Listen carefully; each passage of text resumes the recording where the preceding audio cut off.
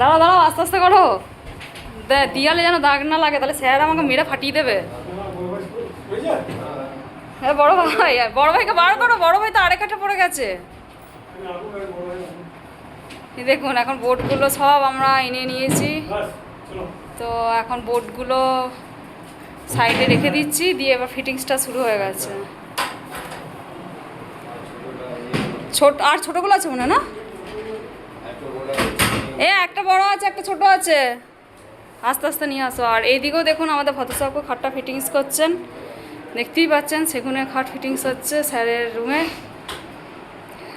আপনাদের বলি principal sir, Mankar কলেজের প্রিন্সিপাল স্যার সুকান্ত স্যারের বাড়িতে। অনেক হাইট হয়ে গেছে, কাঠটা মাঝে মেঝে উঁচু হয়ে গেছে, ওটাটাই আরেকটু 6 ইঞ্চি দিকে আসবে। হ্যাঁ একটু দেখো তো, তাহলেও হয়ে যেতে পারে, ঠিকই বলেছে।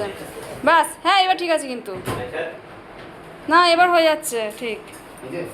হ্যাঁ হ্যাঁ না না এখনো 200।